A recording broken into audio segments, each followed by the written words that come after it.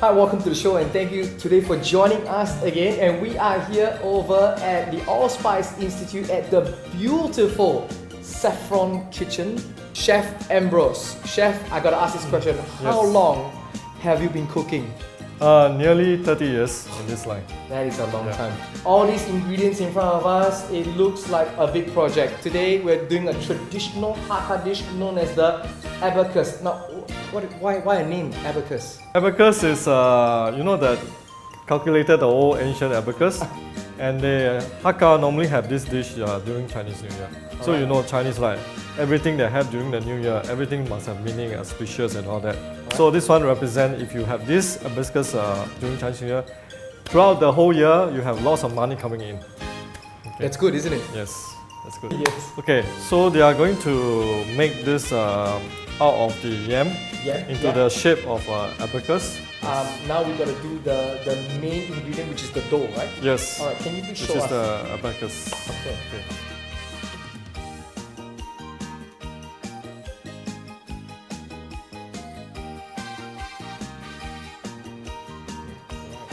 So I'm putting the paper flour. Okay, you go to the market, you pick out yam, make sure it's a nice overall look, not soft, hard, and also this green part always must be fresh. If it's dry, it means it's too old. Oh. Yeah, and normally I'll ask the market seller to cut off a bit, and then I have a pig inside, which is a bit pinkish and white color. Okay. Yeah, there you go. So this is a good yam then? Yes. Very good. So now I need to use my hand to knead it into a palatable dough. Okay. First of all, just now you've seen I mashed the yam with the tapioca, so we got into a nice dough. Okay. And with this dough, we'll roll it into a nice long shape. And from here, we'll cut into small portion. It's about 5 grams each. Okay, 5 grams each. Yes. And then from these small little pieces, we are going to shape it into small little pieces of abacus. Okay. So with this all done already, what we have here is boiling water. Okay, I'm going to boil it in the boiling water. Okay. And if tend to stick, it just does with a bit of tapioca flour. Okay. So once the water is boiling, we add a bit of oil in. Oil? Yeah. Just like blanching normal pasta. Okay. Prevent the abacus from sticking. Okay, here we go. Right, so it's all thrown in. Yes. And so how long would this take? Okay, depending on the sizes of the abacus, once it's cooked, it always float out. So you don't have to worry, when is it cooked? Why is it undercooked? So you just see, if the thing float up, it's cooked. Okay? Wow. And you scoop it with your strainer.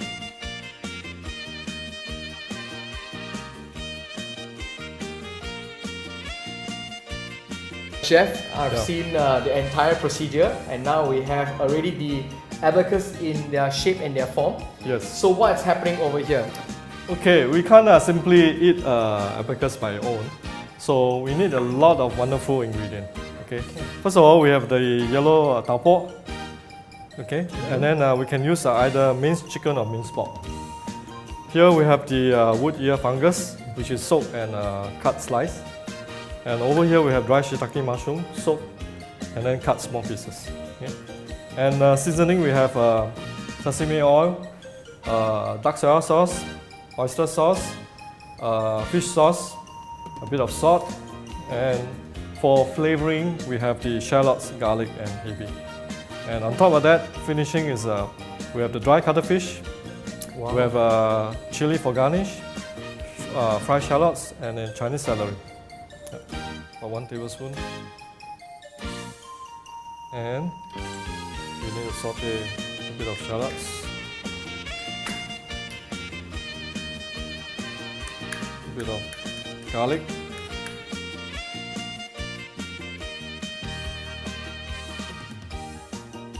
so the next one will be dry shrimps, put a bit of mushroom. And the quantity of mushroom will depend on your likeness. You want more mushroom, you want more ingredient, you can put as much as possible. Yeah. And then wood ear, fungus. Even for this, yeah. Yes. Fungus as well.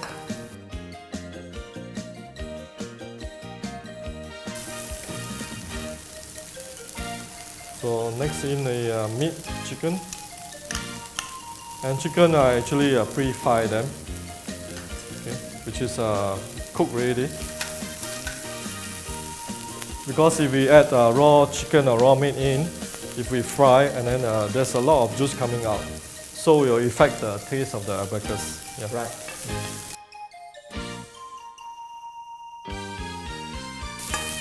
Once we add in this yellow tau po, very tau nice. kwa, sorry.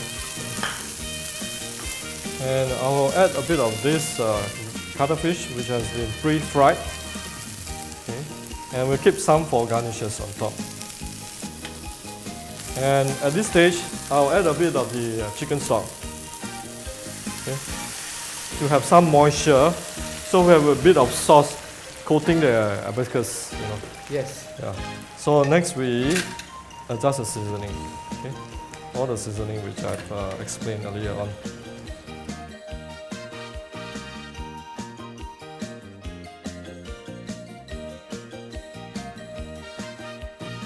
And seasoning will depend on your taste bud. If you want heavier taste bud, you have more seasoning, stronger seasoning. Okay. But I always advise my student not to over season. Just season moderately. Yes. If you're finishing, you need more, you can adjust with more You seasoning. can always adjust. Yes. That's a very important lesson. Yes, that's right. And for this one, I will actually need to thicken with a bit of the starch, because as you see, the sauce is a bit watery and then it will not stick onto the abacus. So I'll thicken it slightly, not too much. Okay. Just a tiny drop. Okay. Next, in my abacus. It's a bit sticky, but when I blanch it, I will actually coat it with a bit of olive oil or vegetable oil.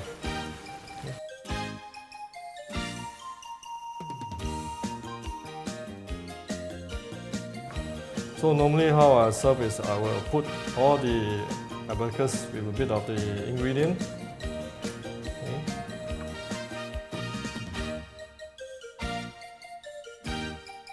And this is quite important, Chinese celery. Okay.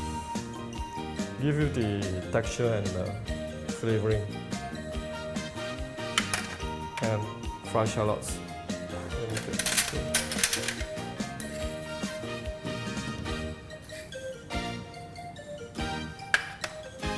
Then the fried cuttlefish. And lastly, red chili. Okay. Just for color and a bit of spiciness. Okay, here you are. Cheers, chef.